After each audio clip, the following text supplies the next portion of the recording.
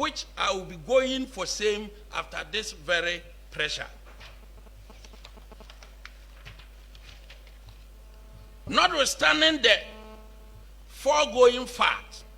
it seems the respected chief has fallen for the convincing propaganda. And I repeat, notwithstanding the foregoing fact, it seems the respected chief has fallen for the convincing propaganda and fiction of the National Democratic Congress, and therefore it has become significant that I respond to certain statements made by the chief in recent times and clear all misconceptions that has arisen therefrom. Ladies and gentlemen in the media, this pressure will take a different dimension from our regular encounters. Today's pressure is accompanied by audio visuals and graphics to substantiate our claims and assertions. A few days ago, Osajifo Nana Adjumambadu II was seen in a video widely circulated on social media, and by especially person noted to be aligned to the National Democratic Congress, specifically their social media activists, where Dormaahene'S sought to suggest that John Dramani Mahama is not an enemy to His Excellency President Nana Addo Dankwa Akufo-Addo, and that Nana Addo must complete projects started by John Dramani Mahama, the former president. I do not want to believe that the NDC has had Dormaahene to speak on their behalf.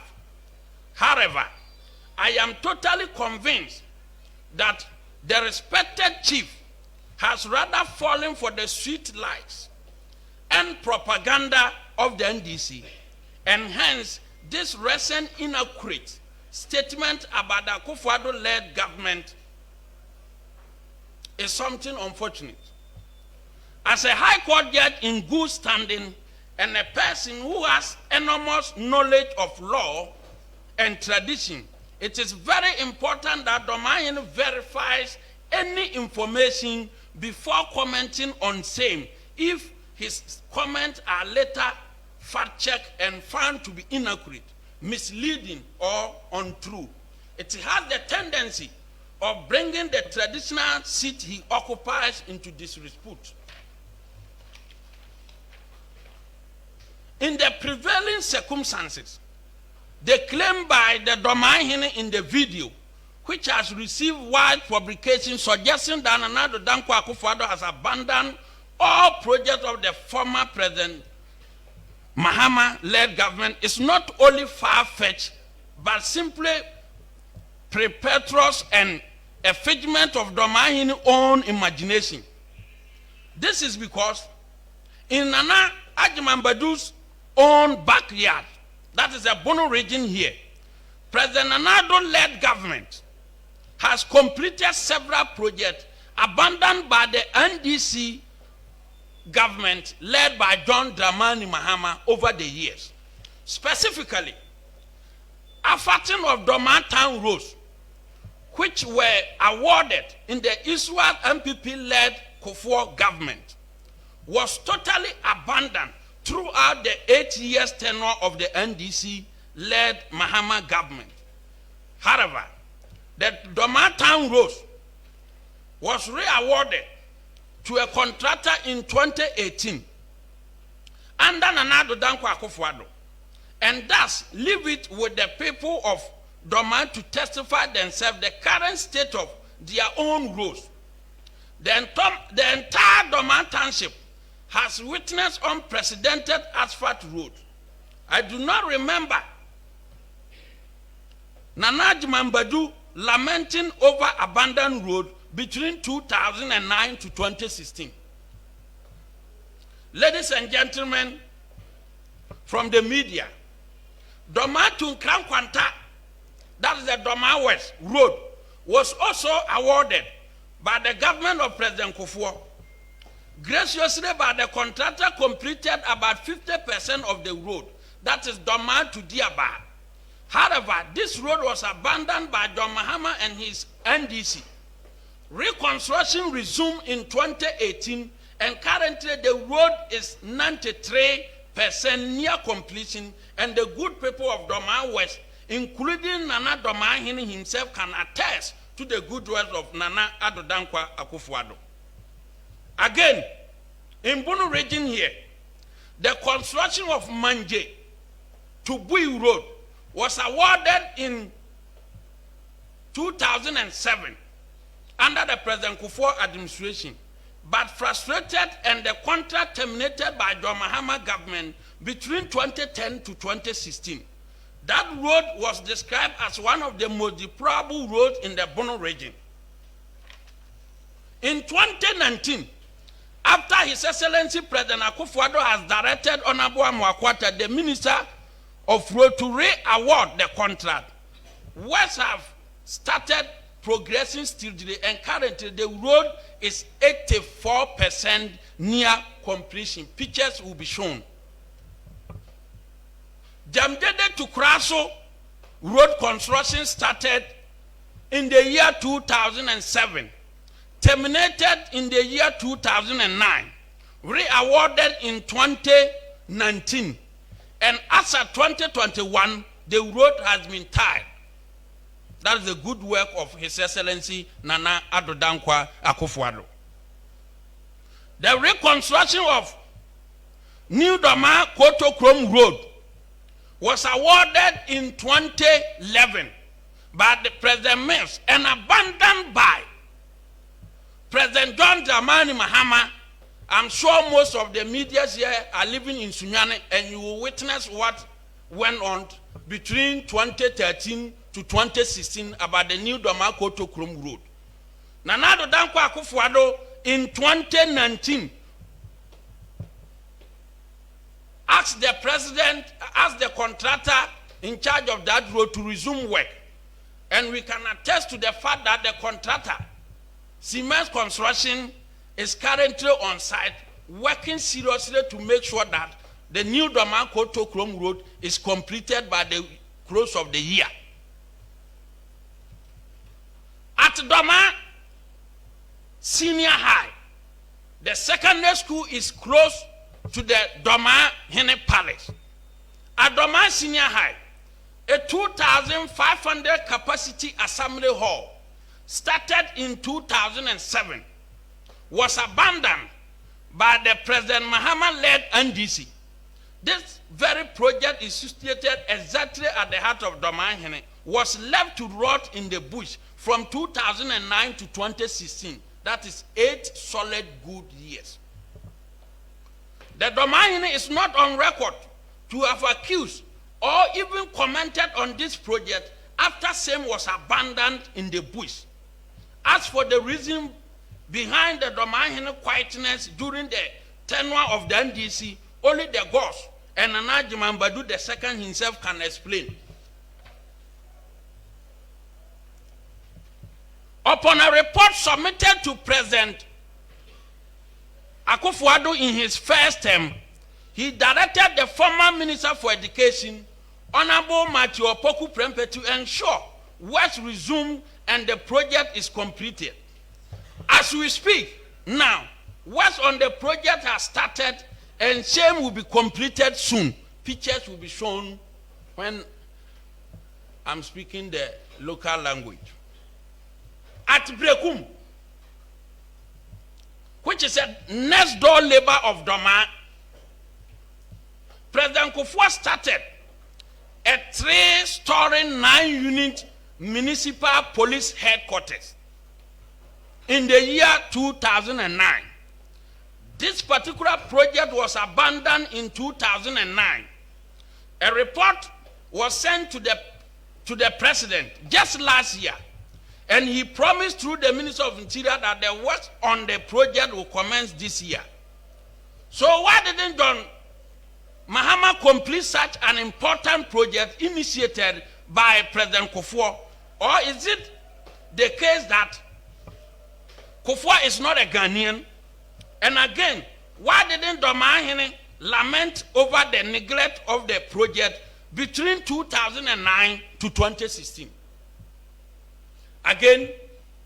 at German South, Municipal Assembly Office started in the year 2006. Same was abandoned throughout the entire 8 years of Dormaahene'S administration. A report has been sent to the local government minister, and the president has assured us that the work project will commence soon at German South, the Municipal District Assembly Office. At Sunyani West, the NDC terminated and abandoned the construction of Municipal Assembly Office located at Odomasi, my own backyard, which was started by the government of President Baffoe in 2007. The NDC government abandoned the project because the people of Odomasi have consistently voted for the MPP. In 2019, President Nana Akufo-Addo visited the region. He cut the sod for construction of the assembly office, and currently is almost complete, awaiting commissioning. It is interesting to note that Dormaahene'S, after losing the 2016 elections, cut the sod for the construction of the Eastern Regional University of Sustainable Development on 29th December 2016. This project has since been completed, commissioned, and in operation under His Excellency Nana Addo Akufo-Addo. At Wanchi, 1,500 girls dormitory at Wanchi Senior High, which was 70% near completion in 2007 under President Akufo administration, has since been abandoned or was abandoned in 2009 by the Dormaahene'S-led government. A report has been sent to Honorable Addo, and works will commence soon on the said project. Sunyani Regional Library. The Sunyani Regional Library was abandoned in 2010 by Dramani Mahama government, and ever since, the project had been in a deplorable state. But for the intervention of President Addo Akufo-Addo, the library project has been captured in the 2022 budget, and very soon the project will receive a massive facelift. Sunyani Airport. I am surprised that the Dormaahene'S is lambasting the President Akufo-Addo led MPP government for failing to operationalize the Sunyani Airport. We all know the facts surrounding the closure of the Sunyani Airport. However, the Dormaahene'S went ahead to bluntly chastise the current president. It is a matter of public knowledge that the Sunyani Regional Airport was closed down in 2014, and nothing was done by the government then, led by Don Dramani Mahama. Was President Akufo-Addo the leader of the country in 2014? The answer is no. Why blame him for the closure of the Sunyani Airport and not Don Dramani Mahama? In 2019, His Excellency Nana Addo Akufo-Addo visited the region, cut sod for the reconstruction and expansion of the Sunyani Airport, of which phase 1 is 95% near completion, and phase 2 of the project has also been captured in the 2022 budget, and hence expected to be completed soon. Do we blame a president who seeks to expand and operationalize the airport, or blame the one who closed it down without any recourse? Certainly, Nana Addo Akufo-Addo cannot be blamed. Whole airport. President Mahama in September 2015 cut the sod for the construction of the phase 1 of the whole airport, which cost $25 million. However, the edifice constructed could only be described as a single room self-contained of a young graduate, and not fit to even being described as a bus terminal. let alone to be called an airport. It is under Nana Addo Dankwa Akufo-Addo that the whole airport received a massive facelift. Pictures will be shown. Segleme housing project, which Dormaahene'S spoke about. On the Segleme housing project, as mentioned by the Dormaahene'S, the original output target of the Segleme housing project of 5,000 units at a total cost of $200 million, as stipulated in the financing agreement presented to and approved by Parliament, has drastically reduced to 1,502 housing units instead of 5,000. Of that number, 1,389 units had been completed without a commensurate reduction in the overall loan financing. An amount of approximately $197 million, representing 98% of the financing cost, had been expended on 1,502 housing units, as against the planned 5,000 units. Currently, the Segleme housing project is a matter of criminal litigation of which some appointees of the Mahama government, including our good friend, Honorable Colin Dauda, is standing trial for causing financial loss to the state. A cursory inspection of the current state of the development belies the fundamental challenge of the absence of the primary infrastructure the site suffers, for which reason a further investment is required. Currently, there's no water supply and electricity, hence how can people live there? To add to that, drainage system is also nothing to write home about. Would my good friend Nana Dormaahene'S allow his children, who are my nephews, live at a house without water and electricity? The answer is no. If no, why should another person, son or daughter, be allowed by the government to live there as suggested by the Dormaahene'S? Under HEP project as claimed by the Dormaahene'S. Under the Irrigate project, under the Irrigate Invest SA partnership, President Kufuor started the following project in 2008. This project included, but not limited to, the Tyne District Hospital, Wa Regional Hospital, Kolongo Odomasi District Hospital, Tepa District Hospital, Trefo Praso District Hospital. The NDC in their 8 years in power failed to complete this project.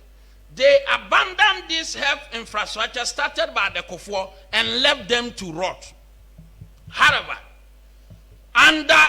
President Akufo-Addo, these projects have been completed and same commission and in operation. Despite the fact that the NDC Mahama-led administration abandoned health infrastructure projects started by Kufuor, President Akufo-Addo did not do same. Below is a list of health infrastructure inherited from the Mahama-led NDC government by the President Akufo-Addo government, which has been completed and others are also near completion. 1. The construction of ongoing polyclinic at Besiase completed. The construction of polyclinic at Gwamwa Dewurampong completed. The construction of polyclinic at Briwa completed. The construction of polyclinic at Bimpong Eja completed. The construction of polyclinic at Jamra completed. The construction of polyclinic at Mampong, Mankron completed. The construction of polyclinic at Akonfide completed. The rehabilitation and upgrading of Tamale Teaching Hospital, Phase 2, completed. All these projects were inherited by the Nana Addo Dankwa Akufo-Addo government which these projects were initiated by the Dormaahene'S administration, and Nana Addo Dankwa Akufo-Addo did his best to make sure that these projects have been completed, and currently they have been put to use for the places I've mentioned. So it is totally out of place and inaccuracy for the Dormaahene'S of Dormaa Traditional Council to attack Nana Addo Dankwa Akufo-Addo for not completing project he inherited from the previous administration led by John Dramani Mahama. Now, the reason why the Dormaahene'S claim is inaccurate and out of place is that the NDC communicators day in and day out have been telling people on the various TV stations that they went for the loan for the construction of the Pokuasi interchange. I believe each and every one here have heard that statement before. Under Nana Addo Dankwa Akufo-Addo, Nana Addo Dankwa Akufo-Addo renegotiated. The initial construction was 94 million euros. By the John Dramani Mahama, Nana Addo Dankwa Akufo-Addo renegotiated the contract sum to 55 million euros, meaning that he has saved the nation, he has saved the public purse an amount of 44 million euros. This project, President Nana Akufo-Addo cut the sword in 2017, and the project has been commissioned and open for use. And nationwide, everybody will side with me that the Pokuasi interchange is one of the largest interchange in Africa. The Tema interchange is another point of reference that NDC is claiming they initiated the process. Assuming that what they are saying is true, Nana Addo Dankwa Akufo-Addo cut the sword and the project has been completed and commissioned. So the claim of Dormaahene'S attacking, lambasting, insulting the president that he has abandoned a Dormaahene'S project is totally out of place. So the insult, which has no basis, must stop immediately. Conclusion. It is interesting how Dormaahene'S is always quiet whenever the NDC is in power, but always use any little opportunity he gets to ridicule the president and his government, President Nana Addo Dankwa Akufo-Addo and his government. I do not want to believe this is born out of personal disaffection or dislike. From the above point, it is clear that the Dormaahene'S aired in his statement that Nana Addo Dankwa Akufo-Addo has failed to complete projects started by the John Dramani Mahama government. This assertion is next to what could be described as falsehood. I wish to conclude by reiterating the respect I personally have for the Dormaahene'S. However, I want to state categorically that considering his recent unsubstantiated utterances, which have proven to be highly infactual and inaccurate, he should consider forfeiting his chieftaincy and join the NDC if he so wishes, so he could be addressed as such if he seeks to continue with pushing the propaganda and agenda of the NDC. I therefore entreat the Dormaahene'S not to reduce his respected seat to cheap politics and propaganda, because same would directly bring disrepute to his seat. Thank you, ladies and gentlemen.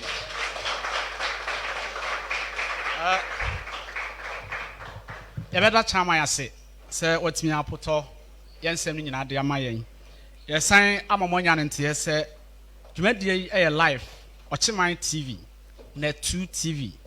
Oman FM afei Kachire FM service radio live esane so wo Facebook ena German radio enso live wiase FM nimdia FM so da so wo Facebook live ɛna Untumi TV nso ɛyɛ live, Shalom Radio nso ɛyɛ live, media houses aka nso ɛfa ɛde ama yɛn. Mprempren yɛbɛma yɛ chairman asane ama nsɛm a ɔpotɔ yɛn nyinaa no waka no twi mu ɛde ama yɛn. Regional chairman, enti yɛbɛsrɛ sɛ wode twi version no ɛbɛto aso. Yɛdase bebree, communication director.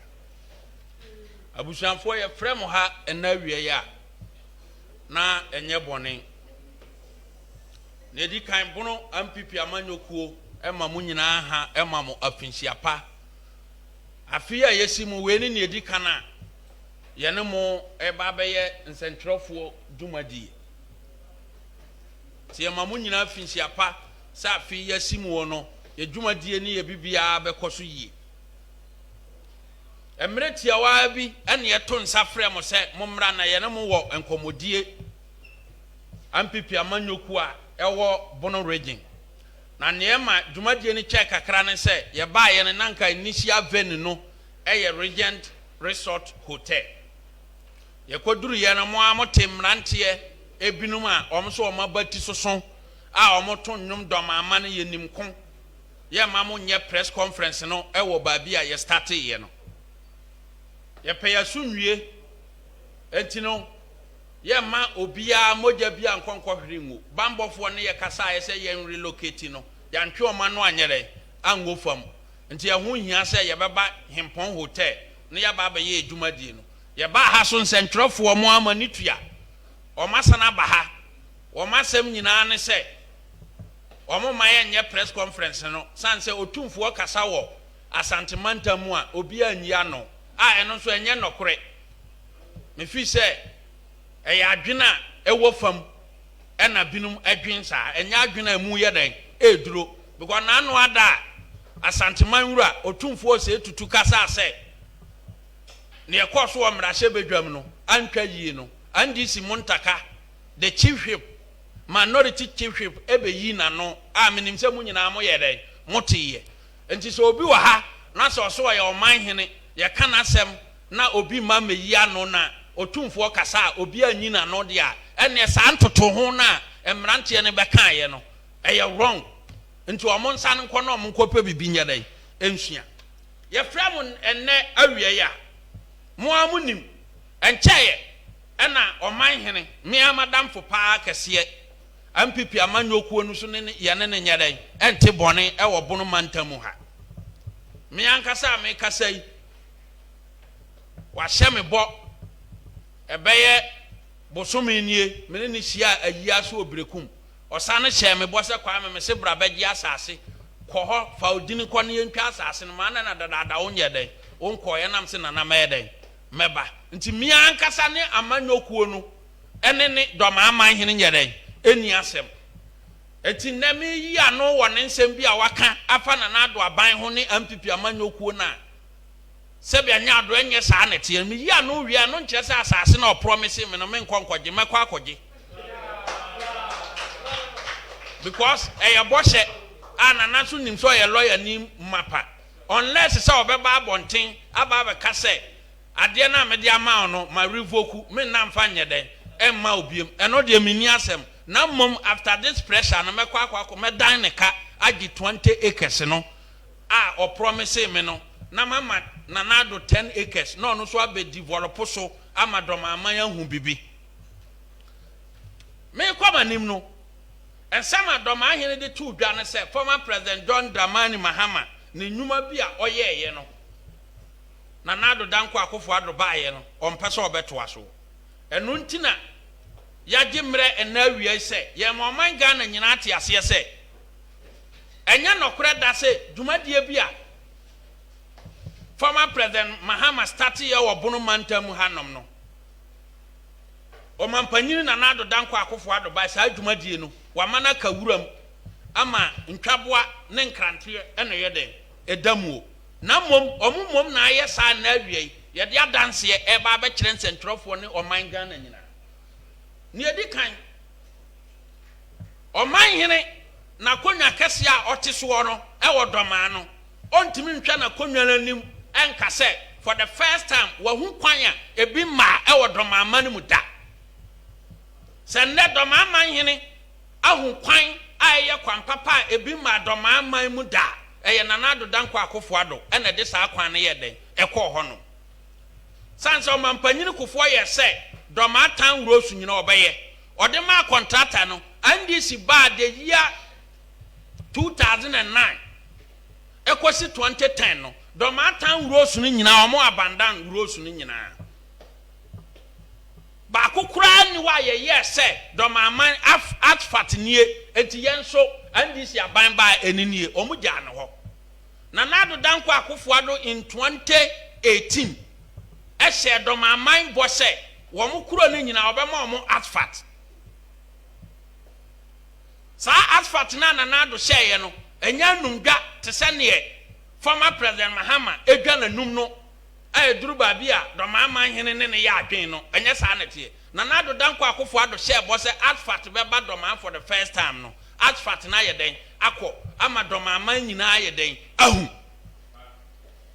wodi ano to a ɔmampanyin dada John Ajeku Nkufoɔ ɛna starte dɔmaatu nkrankwanta kwan ɔyɛ ya akosi kuro bi a yɛfrɛ hɔ di aba bɛɛ 50% ɛna kwan ne kaa hɔ ɛna Fofia Ntoata ɛna MPP free mu de yia yɛfiri aban mu 2008 NDC baayɛ wɔn de kokwasa saa ma kwan no eba besi nnɛ no from di aba to nkrankwanta kurom no enye complete Nana Addo Dankwa Akufo-Addo in 2019 ensroto ebra yɛkɔ ensroto ɔnaboa mwakwata ɛma nnɛ amanfo ɔmo wɔ nkrankwanta hunse afei na serious contractor ba ɔyɛ dɛn ɔyɛ adwuma ɔmo yɛ na ɔhɔ nom is about 80% complete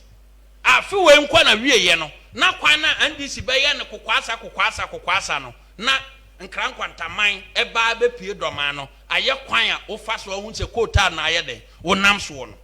ɛbra wɔn abandan saa kwan no emfie nwɔtwe no dɔmaahena nka ho asɛm yɛnim ne enti a wanidi ana wankasa ntia former president John Dramani Mahama yɛnim ne enti a na moma ɔmampanyin Nana Addo Dankwa Akufo-Addo na nanim ɔfoɔ ɔno moma akwan ne nnwuma a former president Kufuor started ya NDC ama metoa so Nana Addo hwɛ sɛ obewie no ɔno mom ɛna ɔman hene a ɔwɔ dɔma traditional council ɔsɔra nɔpa bia na ɔde na yɛ sokodua na ebisa sɛ adentia ebiem sɛ ɔba bono mantam mu ha ya ɛkwan bi te sɛ manje ekokosi bui the year 2008 Dr. Richard Anane edia so ba be bofam so omunye saa kwan no na migina hobi NDC ba ya na omu terminate ekwan no edwumadie no eye kwan bone kase a manje tubui ewo bono region ha enti omu tena kwan bone mu saa emfie mako enwotwe mehwe se ombeyi manje tubui kwan no omampanyini Nana Addo Dankwa Akufo-Addo ba in 2019 ana okopɛ contractor yɛwere awodo adwuma no ɛde ma sɛ ɔmo nkonkoye ɛna me no kase contractor no agu ɛkwan no so fa aka bɛ 20% pɛ no wayɛ den no wawie a manje to bui kwan no so ɔmo yi a mo behu efonyina ɛyɛ den ɛkɔ hɔ adwuma a ɔmampanyin Nana Addo Dankwa Akufo-Addo ayɛ no no enti ebisa sɛ ɛbra saa adwuma we num nyina ɛkɔ so fo bono empuntuo no na NDC antoa so no na ɔman hene of Doma Traditional Council na ɔfa he na ɔka NDC asema enye yi ana ɛna Nana Addo ɛhwɛ sɛ saa kwan no baabi ɔmagu aduru no no ne aka 20% a ɔmbe complete no ɛno na monhu no wɔ screen ni so hɔnom no yɛwie sɛ ɔkɔ Jamdede kora so a ɔmampanyini dada John Ajeku Nkufoɔ awɔdo saa kwan no Jamdede kora so saa kwan na NDC ba ban mu a contractor no wɔ site 2008 ya wɔn ba yɛ wɔn se MPP project enti ya terminate emfie nwɔtwe sɛ nsuo tɔ a amanfo wɔn wɔ brekum Jamdede kora so na wɔn ntumi nyɛrɛ ɛmma kurom emfie nwɔtwe ɛna wɔn tena saa ahokyere no 2019 Omampanyin na Addo Danko Akufo-Addo ahwehwe contractor foforo e de adwuma na ma no foforo kora be wo contract ba ko ye terminate ye se nkrofo omo wo na omo ho hia NDC led by John Dramani Mahama and a yes adie no na Addo Danko Akufo-Addo in 2019 e de ma contractor foforo and na me ne mo kasai e kwan na ye started 2019 to date no e ho mfonyini e na mo hu yi no we evidence based and yet accounting to the people green book wasem ne ye ye ka no central for mu free ha mo kwa mfonyin ya me de a kire mu ya mo hwei eno a na mo behu no wo jamdede kura so ekwan ye wie enwanwa na ehu pa na ese etuo mu osum ye nim ne entia oman hene the overlord of Dormaahene'S Traditional Council ampipi amanyokwe ye nwanwa pa se onu ankasa ne backyard honom omampanyini dada Addo na Jekunkufo ye se Dormaahene'S secondary school nu enye secondary school ketwa na ye one of the secondary school eye sixth form ne anyini pa wo man Ghana etima bai de se ka secondary school anyini pa wo man Ghana dia ene meboam ne ya pagya ye de adane e ba ho bebre ye wie last one kra ye se assembly hall enkra ni pe baabi abochenku aye bibi kra edin ene dining hall ye de ni nyina ahyem ya wodo contract in 2007 contract ne start adwuma 1 year ye be mam 1 year adwuma contract ne ye ehumfonini ene ne wo ho no mfoni na mo hwe no 2007 to 2018 sa project we e wo Dormaahene'S hene danachi pe secondary school ho asem na mekan and this about the year 2009 sa djuma we omo abandan assembly hall e fa 2500 capacity omo se ye ya enye yie because e MPP and sa no adwuma 2019 and ye the report ekoye ye the report to koye no me ankasa any free senior high coordinator ane oye sunyani West Municipal Chief Executive ye kwa probo obono mantamu nyina ye duru ya ne ye fata sa project we say 14-year-old project there as say ye bibi na Dormaahene'S secondary school any assembly hall there ehu secondary school anyini pa open ya anyini mako nso wo Ghana nyina Dormaahene'S dey e ka ho bi ye bunu mam ha so na ye first ansa na Sunyan secondary school kura so ye dey eba followed by Atwirensua nti eba ne sen na school a eye tete school any assembly hall 2500 capacity ye dey report no kwa ya omampanyini nsa kan ye no and on throttle honorable Matthew Opoku Prempe se mon kwaye ma o school ni nye school ketwa se say Dormaahene'S senior high assembly hall na and this buy o se Akufo project a o mu jan ho no and then pempenso a aduru anda na Addo Danko Akufo-Addo amamuo no tama na ewo wura mu ne de yanhu because ye ba bonten be kan ebe kan NDC ntino yanka enna sa adwuma de ne ye afiri wuram ama sesei first ne na kwa kusie agine chamber hall akrantie agine singing room apese agine one room self contained enna samwo ne nyina o mo rent aso under na Addo Danko Akufo-Addo ama na Addo Danko Akufo-Addo say NDC for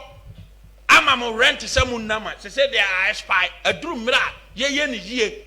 die ntia ye di project ne ye den e ko honom no enne ababa ye project ya enipa dam sa papa we ya na Addo Danko Akufo-Addo e de aye Dormaahene'S eno oman Ghana nyina because ye oman Ghana nyina asem ne ye cancer project we because of the free senior high any school replacement no obia ba be kwa Dormaahene'S secondary school ni bi once aye postu ho no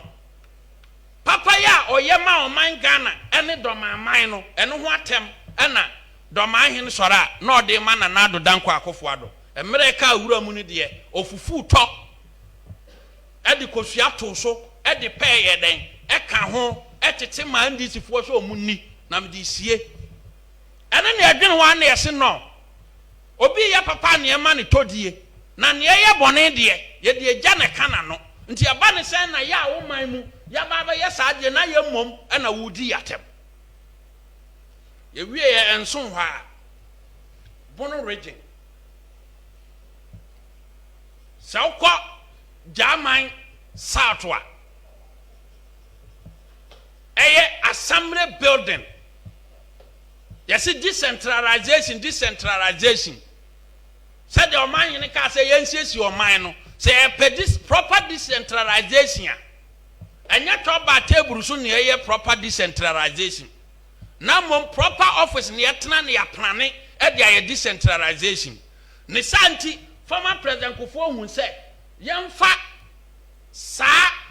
assembly office emfanko German South. Sabaya ombenya ba bia tena na omo dia plane ebesi na me no kasen German South omuni assembly proper assembly office omo yeden wo mutim project we started 2007 and this ba ban mu a and omo abandon in 2009 just last year September and ye the report akwa on Abondoned afi budget ya yede ama all the assemblies wo man Ghana nyina no Abondoned ahye say o ma saade we nyede enka wuram na bibisa amae na mom omo nsa aka ne de o beyi dan we afiri ewuram ho ama German sa to nsa yede aka emfie mako nwotwe sa project we da ho Dormaahene'S no ofan enti ye yi sa nyama we a kire ne say se ye ka abandoned projects ho asem dia ane nkrofo a all can be ma omo no womo ne de ye from kenkon womo te abandoned project akonwa so no eso pa ye nti ono omo diri a onhwe ye so omo nam social media ka asem na to person kan bia on verify ansa na waye den wa ba be ka eho asem ye wie oba Wanchi Senior High 1,500 guest dormitory block and on Mampanyin that Akofo starting in 2007. Mubejia de say emfie ba se dunim nie no sa adwuma no guso wo honom na no adaya just last year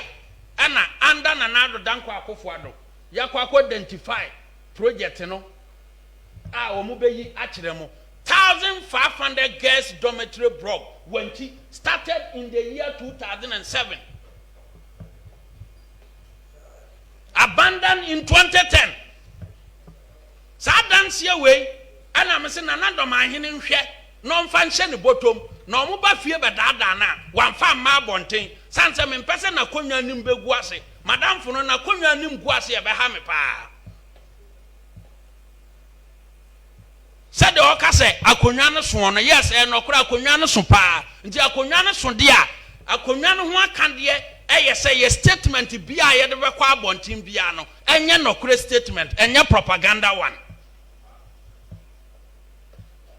Project in ye, Intine has said, Kobakan wasem, Oba condemn, what said ya, only any a statement to be our making in the NDC 8-year administration. A condemn Sanyama and Wanwadia and Niama Bonnie abundance of projects in the Bono region by the NDC administration 8 years ago. Babianwa Dormaahene'S a condemn ye. Akofone start here, a be contractor or side. A be a hopper, a dance here once some year day. Ye can. Oh, what? Sunyano West here. Sunyano West. Assembly building. 2007. Enna honorable Jeda Konone former president Kufo ye say yenti Sunyano West emfiri Sunyano municipal ho. Enna omukodi omo. Wo wie ye na omo ye so. Ese ye omo kwa akotena he. Ye ma omo han dan enko wuo e ya banka. Nti ye mo oman ni sika ho ban. Nananom a Domase apa asase bibibia NDC baya yesi Domasefo pe MPP abato dodo. Enti assembly office no ya terminate contract no. Ya twam efie mako enwotwe. Ebeye jeje kese ewo bunu mantama na bunu hafu ha. Ade na matwam that time ohimpon our Dormaahene'S traditional council or T de no and ordinary eye den because a MPP project and a terminate o say ye Nanado danko akufo bae no 2018 and oba bono raging ha e homre kra ne enche mu saa enye den enwie and odi asokobo fam se emfie mako edumi ansade Amuni babiti as a summary dear. Media saw quack or bofum, no mania, or tramodern edifice, a duma, and that a duman and eden, our honum. I saw the cobo from a dumanum funny, and a ye yachiremu, ama, munina, Mahun said, or Mampanyan and Addo Danquaco Fuado. It was something good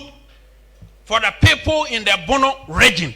And now ma decided say, Yantum futuro, yamo ebinum pa, e pa enchine a atwaremuo, e pa yabo na nchine ne asichire yade afra e na yenka no, enye no ho adwuma na nado ba so baba yele, obabaye. Ye wie ye no. Region enya region ketwa. Etu mampanyin kofo ye se, esise enya regional library a esombo. And the regional library, the construction of the regional library started in the year 2007. And Krofoi Baya 2010. Also, project in Sondodo, Yan Tuaso, Babia contract and year Jumadru Yano. Certificate Yahodwa contract and issue from 2010. Kwapemsa emfie nwotwe NDC free si wono yantua ba kokora because ye pese ye be ye MPP project enti MPP project de yenye den yenye emfie mako edunum project na wo honom no aka na fe mo ba kaya o mampanyin na Addo Danko Akufo Addo e ba tanki to ebra odi nkunim wie ye 2020 Abana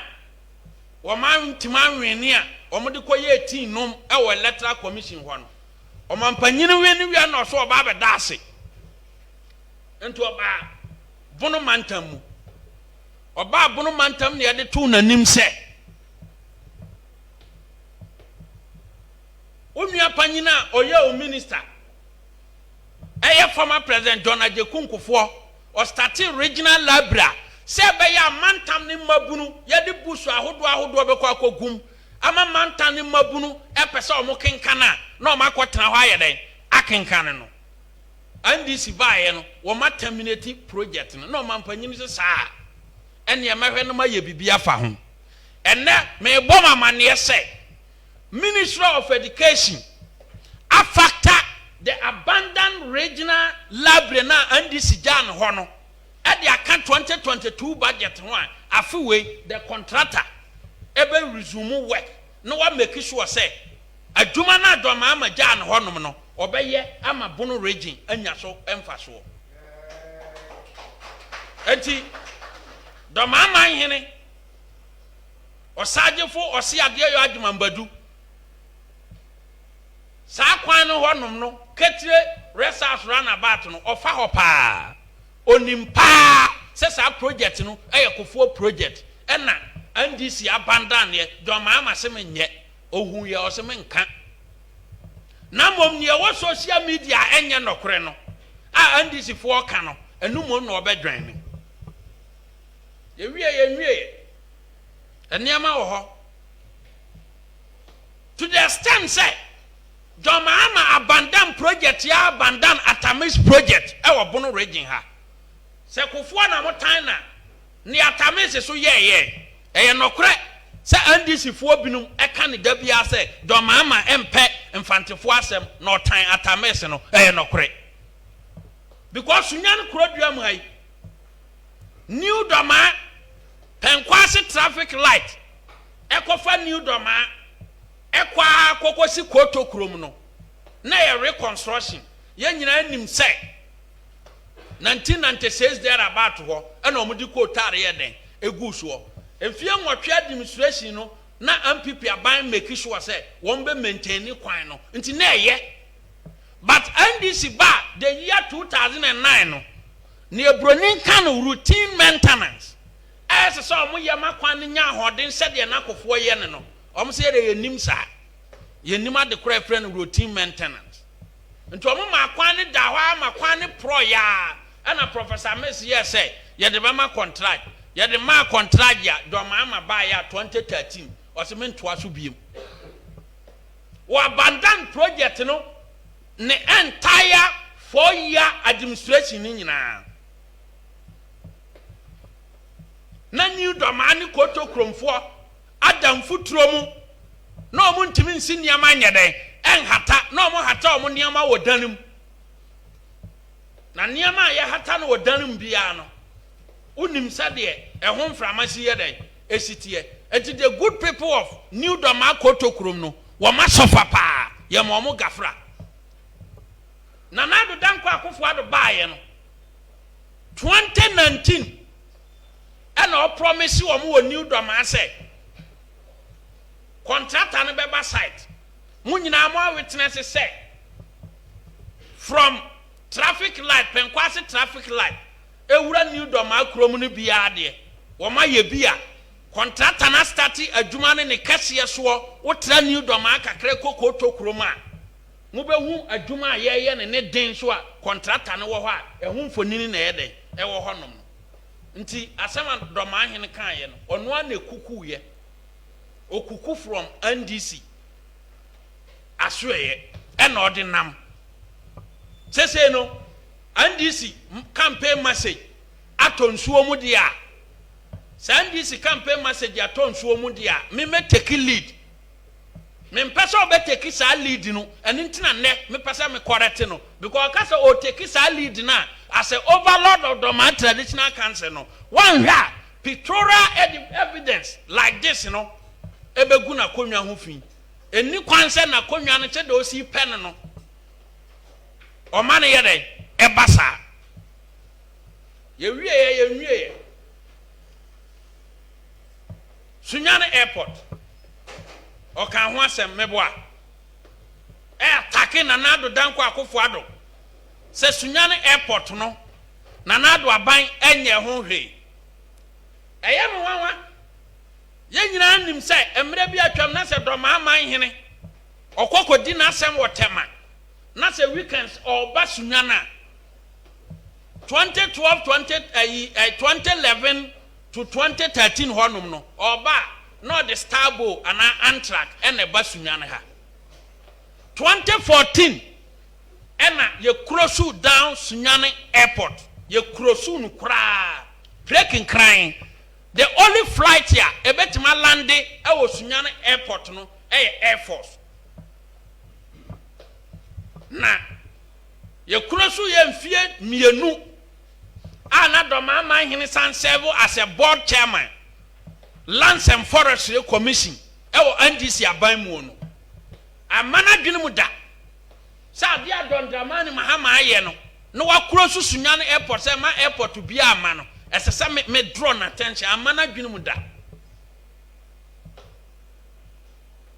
namom eba na dwene mu so dia ne anim ne antia one can one sem.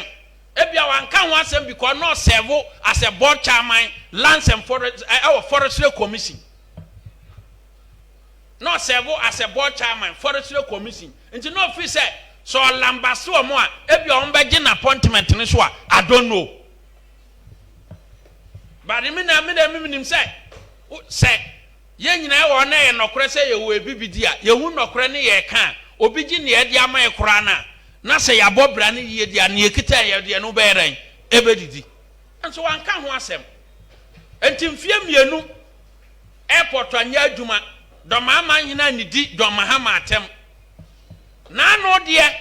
na Addo Dankwa Akufo-Addo in 2019 eba Bono region e dia so be ball fam round 1 ye wo phase 1 and phase 2 e hon fonini beba phase 1 no ukwa akire wa mo be hu se quota no wa akire ya ye be se 95% completion na no adai mo kwa 2022 budget na Addo Dankwa Akufo-Addo asana capture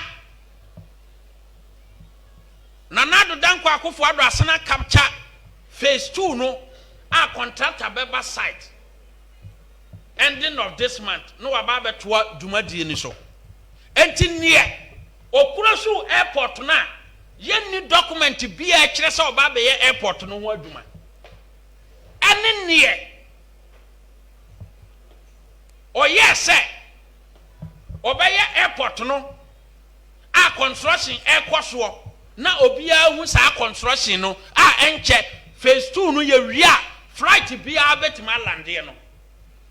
na Addo Dankwa Akufo-Addo ene Dormaahama why necessary Dormaahene'S edidi natem ana olambaste no rather no for some inexplicable reasons inti osi dabi Dormaahama de me attack na enye yie ni onu cross down the airport no me attack na enye yie na mo me attack the one or renovate for use mo Ghana for Mona Jeji, where the Omanhene, the overlord of Dormaahene'S Traditional Council, is coming from. Not just say, a time and all the year then, all the year. Ye can't abandonment of projects here. Ofa, whole airport one. You spend $25 million. Under Dormaahene'S say, ye ho international airport. Now kwako head dana ye ho international airport wa.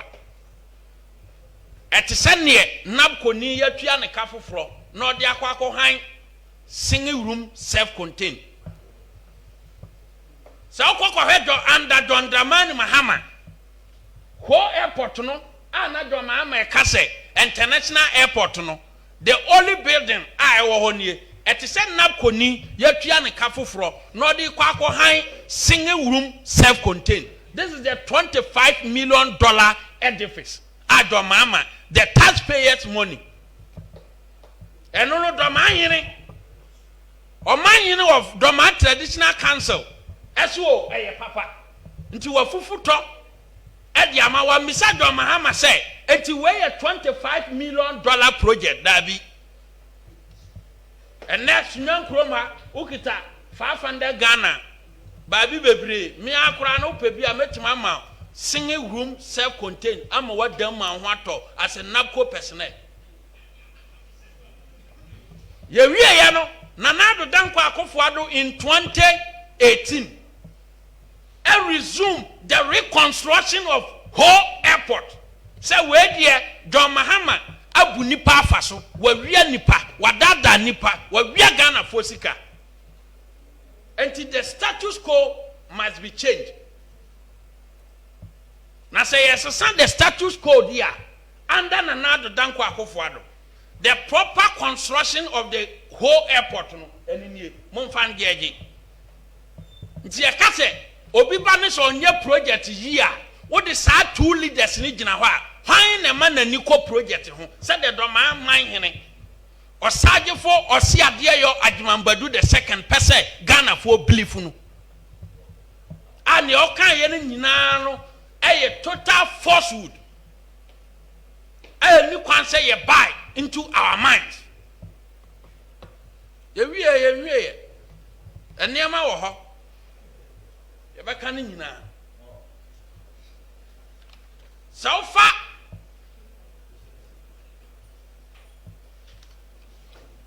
ofa apomudina so ye ya so say abandoned projects obi abandoned projects na me come na hu say edi sa evidence na ma no na china bi otise project bi ya abandan a wo hu se do besi aka ho asem no what trace the history. In the year 2008, Mampanyi Dada J. Kufuor yesa obe improve health infrastructure in the country. And therefore, on the Ministry of Health etu anamo Echo Egypt, the Irrigate the Invest SA project no. Wamu kwa no, wamu ma oman Ghana an amount of $333 million loan facility. Na sa loan facility, ya de baba yete pa district hospital, Time District Hospital, Kolongo Odomasi District Hospital, Chefo Praso District Hospital, and Wa Regional Hospital. After some project, these projects receive parliamentary approval. Na yes a contractors move site. Na ya create various sites nyina say yen start reconstruction ni bibia no. And this by in 2010 no mo abandon sa hospitals we nyina. Not a single one and no mo kotimi ya den e commission ye 8 years ya did $333 million loan facility. Ya award project no. Womo pam contractors ni free so sa ombe to aso no. Time District Hospital, Wa Regional Hospital, Kolongo Odomase District Hospital, Tepa District Hospital, Chefo Praso District Hospital no. Emu ba kokura ni wa da pa fo Don Dramani Mahama ni na NDC fo etimi complete ye. Mfie nwotwe. Na Addo danko akofo Addo bae in 2018 in our budget. And ye di share mu say all the Irrigate the Invest SA project.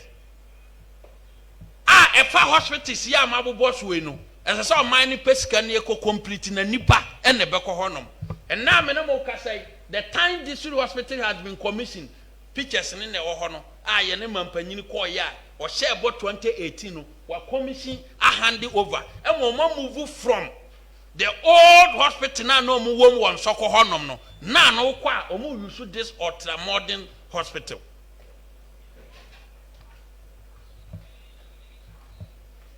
And on a chair say, Abane yede, ye adwuma. Ofri wa regional hospital, and also fatu so. Wo mo abandon ye no, anda na Addo danko akofo Addo. Ya be ye awie aye kofo nsa no adwuma. Ya baba ye awie akomisi e bi amanfo a wo mo wo ho. Eni nie. Trofo na se ne dance ni yede. Ewa Abronye yere dance ni enini ye show ma manfo om wa chirichiri ahwese na Addo danko akofo Addo ne nsa no eyeden eye adwuma. Tepa District Hospital ya commission Tepa District Hospital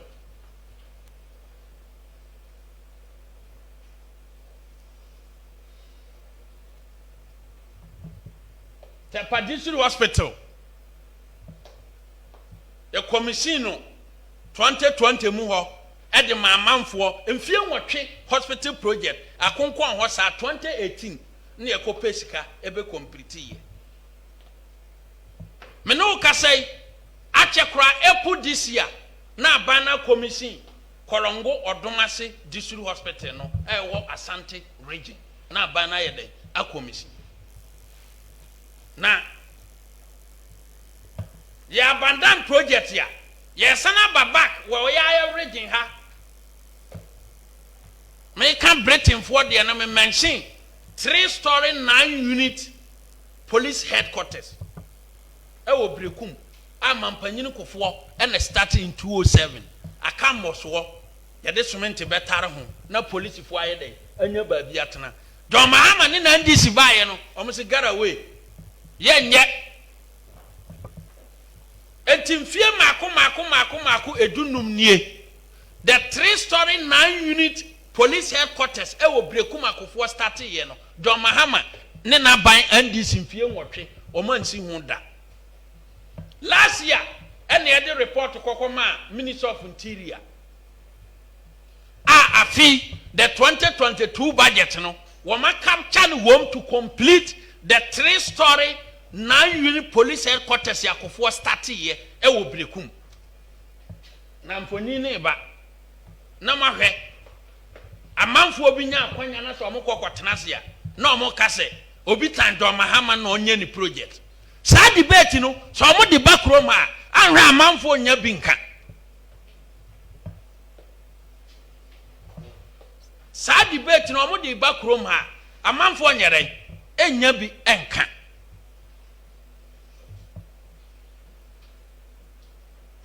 yɛhwɛ ɔmo yɛ no ɔmo yi mfoni naba na obi ayɛrɛ ahwɛ bi na mfa me kɔ apɔmdene so ansa na ɔmo abɛyi Brekum 3-story 9-unit municipal headquarters no eba apɔmden a 2017 project bi a Dormaahene'S start ya ohwɛ 2016 manifesto under help na wɔn kan no wɔm sɛ initiation designs are ongoing just afɛ kura na wɔn kɔ we use the word design there just afɛ kura na akɔpɛ hospital ne plan meboa correct saa hospital afɛ na wɔn pɛ plan a wɔn de bɛsie no a wɔn kan no 2016 budget no mu no yɛfrɛ no inherited projects and Addo danko Akufo-Addo yɛba 2017 no yɛ make sure sɛ me bobɔ na amanfo a mo these places ni nyinaa no ahun sɛ enye ntro ne yeye den yedi yɛba 2017 yɛ sɛ ɛbɛtoa so enti sɛ wofa bi te sɛ besiase polyclinic ya na Addo bae no na yɛ mfonini na Addo asi besiase polyclinic no a hand over ɛwɔ Asante Achem north hɔ wa hand over afeso ayi Gwamwa Dawurampɔn polyclinic na Addo asi a hand over the amount saa so na Ekumfi Noakwa polyclinic ya complete Brewa polyclinic ya complete Bimpɔn Eja polyclinic ya complete esi Sunkwa polyclinic na Addo danko Akufo-Addo a complete Gwamwa Posi polyclinic abana complete saa so na Jamra polyclinic abana yɛden a commission a complete a commission awie Mankron polyclinic abana yɛden a complete awie a hand over omu yusuo ɛna a confident polyclinic abana yɛden a complete a omu yɛden omu yusuo saa projects we nyinaa no ɛyɛ inherited project ya na Addo danko Akufo-Addo hu sɛ yɛ ebehia ɔman ne ntino wa complete ye bisa sɛ project binum a mebobo yɛ help infrastructure project a NDC Mahama Atamesi be inherit ye no emu ma ne no mu complete ye saa question we de ɛde sɛ the overlord of Dormaahene'S traditional council na betima yi ano because ono na ɛpɛ abandon projects ho asɛm ayɛ den aka ɛwɔ kurom ha nti sɛ mama ma yɛ analysis ma yahu hospital projects ya NDC be inherit ye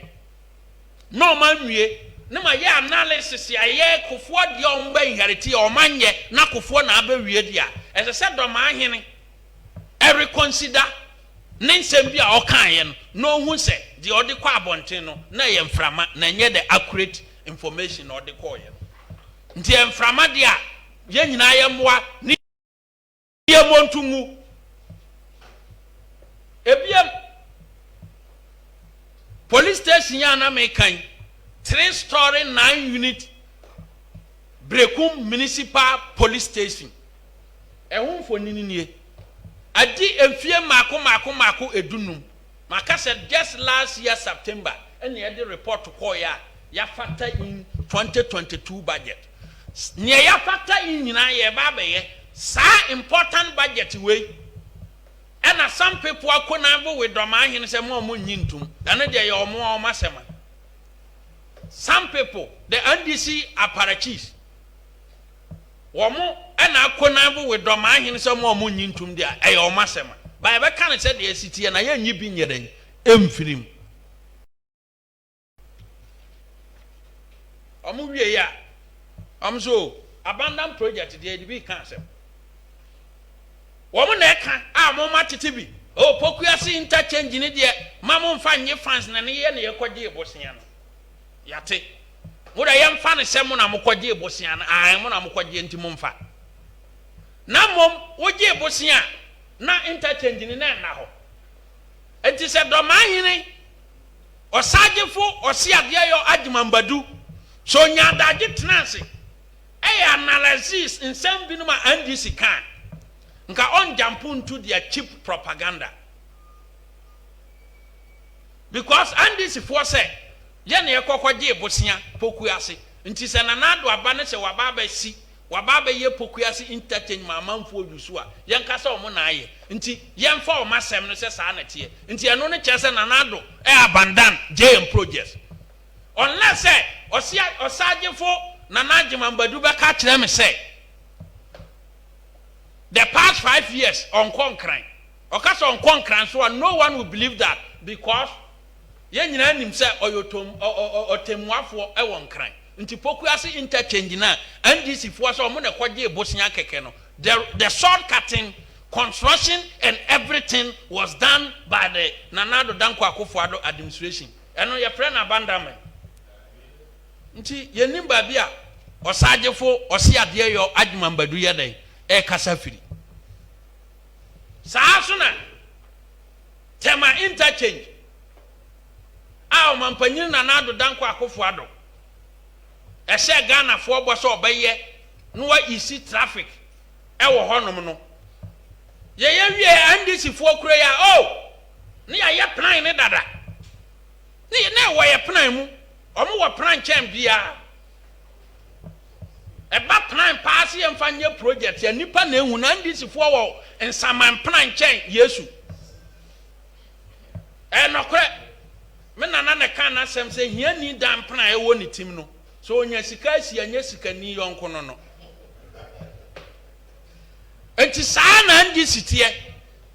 so mu hu ade bia ne se fepo ne wo ye books mu nti tema interchange ya na Addo ye ya ne fe eba wie ye no NDC force na wo ye books mu let us assume say e wo mu books mu dia na Addo ba so on abandon ya na meboa waye mamanya akukudura ba ka se na wo ye books mu anka ye be ye sa book kro minim se no na Dormaahene'S ko United Nations okokasa eyira ya na obisa se wo he dia minim yenim but waye ye de masem na ka asem dia e kire se ba projects ya ye abandon project se motia ne se ye gusu show pictures a e fa kofo project ho amoba mfie nwotwe anye dia woni hwan be ka na anu ada project ho asem because ni aka wuram ho ye yipie no e ye oman ni sika nti ese na Addo hwe na oye den owie hospitals ya kofo start ya mo se munya na wawie no e ye Ghana fo na eyisu eno no oman hena nka ho asem ba o se Dormaahene'S ye Ghana ni for the first time osagefo Adwumambadu be ka kire me say kofo ye Lebanese there I'm surprised because kofo project ye abandon wo wura mu dia won ka ho asem because projects no Lebanese na start here na mom Dormaahene'S project ba ko wo hu social media wo so e Ghana ni ye da na se ti na ye dia dance ye e ba ba kire wo wi a ya to aba 2016 na wie onipa da said ni di nkuku wie ye no oso e wo me plan mu say Eastern region ye the university beko na ka 8 days am ye de Addo Danko Akufo-Addo asisu 29 December 2016 na therefore the America akokate so Eastern region University of Sustainable Development Eastern region okate so we 8 days na okoy ento omanhene osagefo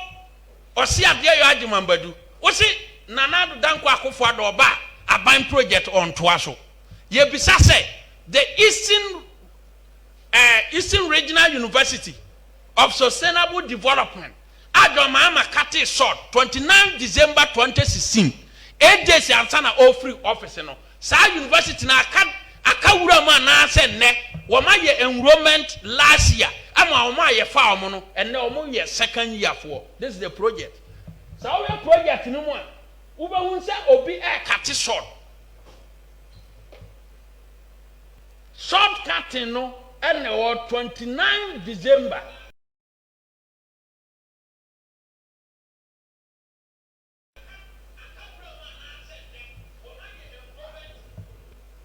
29 December and a former President Mahama and the Gina Hono no cockati so.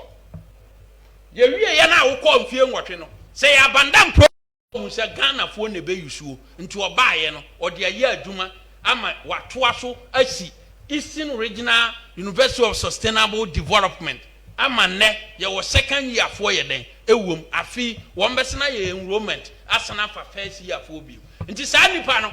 osagefo osi ade yo adwumambadu edidi na tem attack no aye de anim say personal hatred bi and owo de man na Addo danko akofo adro and for that matter the MPP government sa na ye yete ase na sa so na ye den ye hunu ko ya ma dance bebre a eniema etane akoso project ya abandon no wo region ha na wanye den wanka ho asem ti ye mfa tane entrances are because as an overlord there you try say ube odi asundue baba as an overlord there any kwan so ye selectivity bia na leader bia obeye no e the division ye den e de ba nti ye ka kire ne say as an overlord of Dormaahene'S Traditional Council aye nyina ye de maximum respect de amano on ye ya hu se oya ye selective na sa selective na oya and this is the propaganda ba no di mu enchene ababegum to say de ye de enchene enu person nam no we are calling on him to stop na ye manu hu se na ye maintaining the usual respect the man as an overlord of Dormaahene'S Traditional Council. Amando Kuono, MPP party. Yenye set to send your nano, breku mine in Bekasaya, and this in Mabunu sorry, editi mine in a temple from no. MPP Mabunu in the region, the maximum respect for each and every paramount chief or chief be our region, and we will continue to give all the chiefs in the region that maximum respect. Tinya ye ka kire ne se mi wie no na ye ka kire o man hene o sagefo o si ade yo adwumambadu per evidence pictorial of evidence and ye show akire se top mantama do maama ni na NGC adu o mawu pa e ye bono region e ba say ye abandon projects yes say wie ma manfo nya so mfaso a ene osagefo ba bia akọ no ukọ akire because you see you are near simpoa antana wakọ yi obi de so akọ kan Segleme housing estate se hu se dan neguwe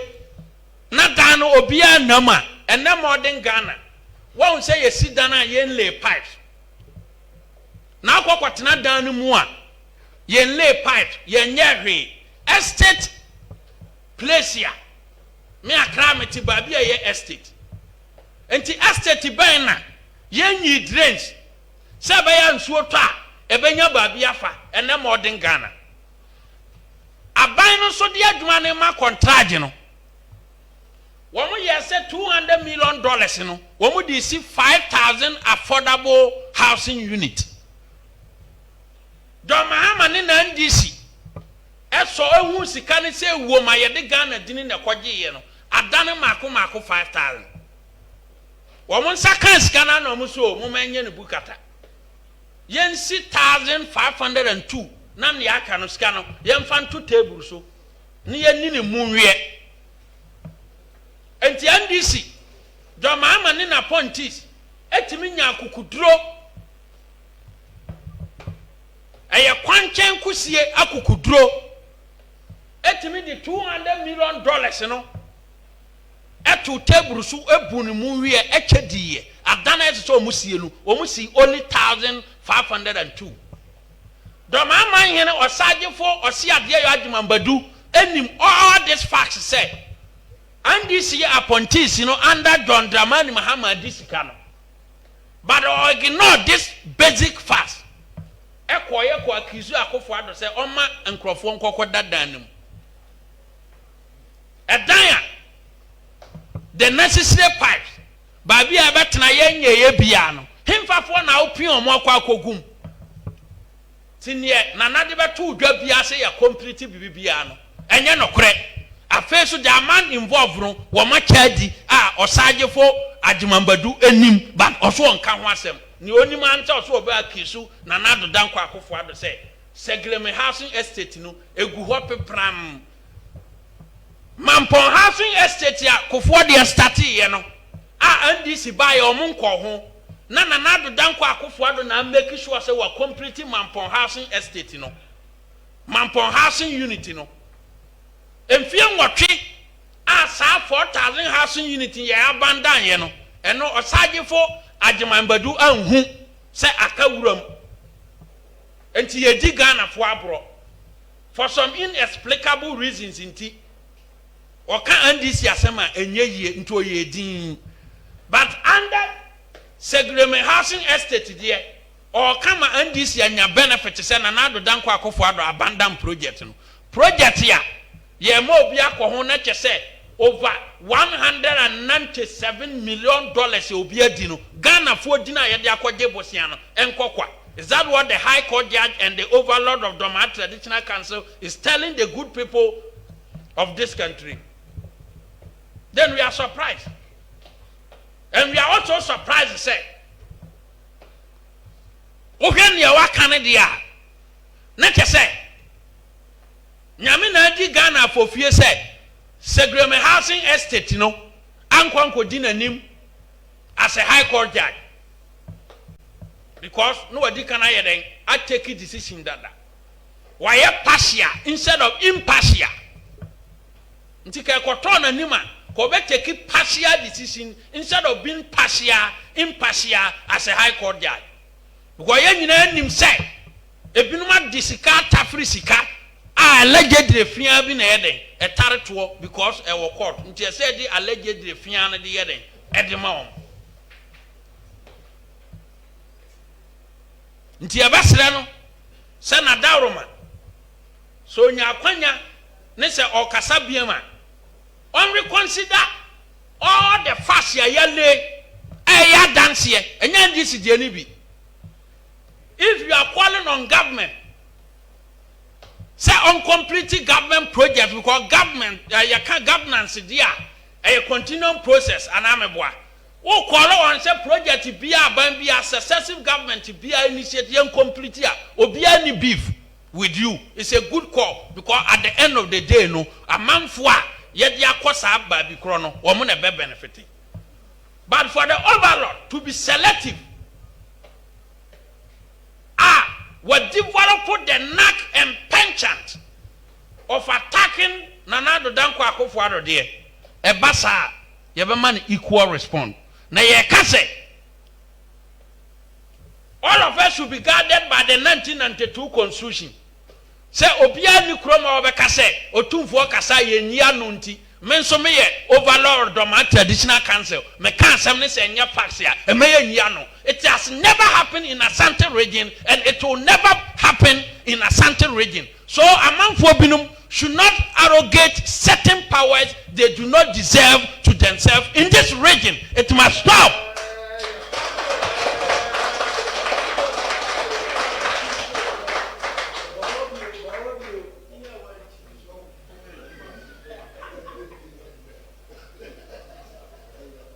Yes, stop. Now any issue be and asante hina ye say enti me may say asante hina ye say me may say.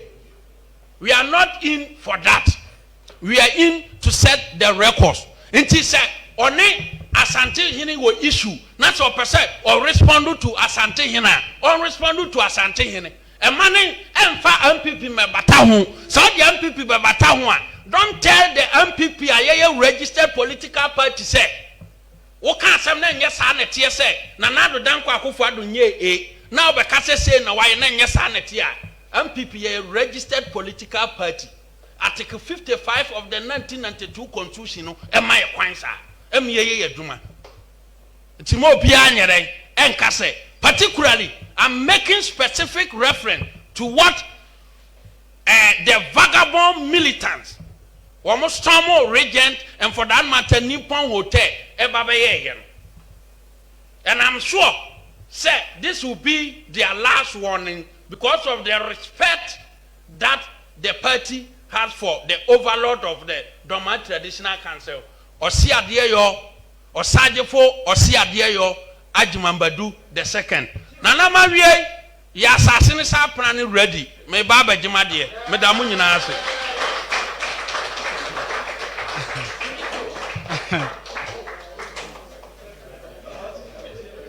Bono regional chairman yada wasi bebre na yesan aka mu se dwumadie yi efa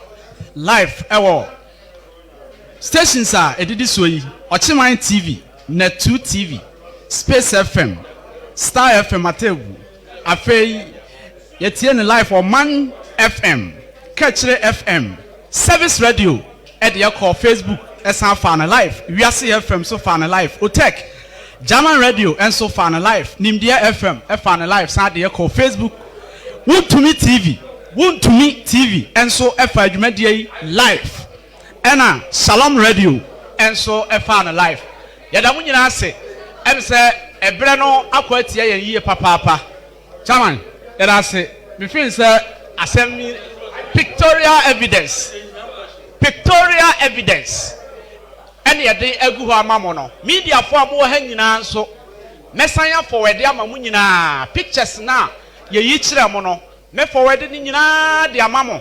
enti yemfa yasembisa ni nyina enko picture no ho me feel say ehia say ye besane ya bre ni nti abusa nsem bia because asem na ye kan ye no na ye de ho mfonyini egu ho no mesan so e de asende mu nyina yada mu nyina ase si eto nsa e de frɛ mo na mo baaye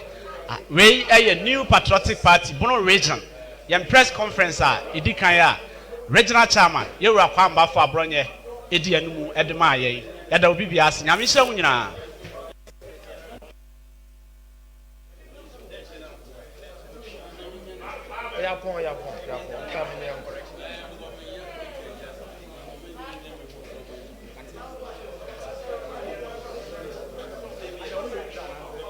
cameraman woman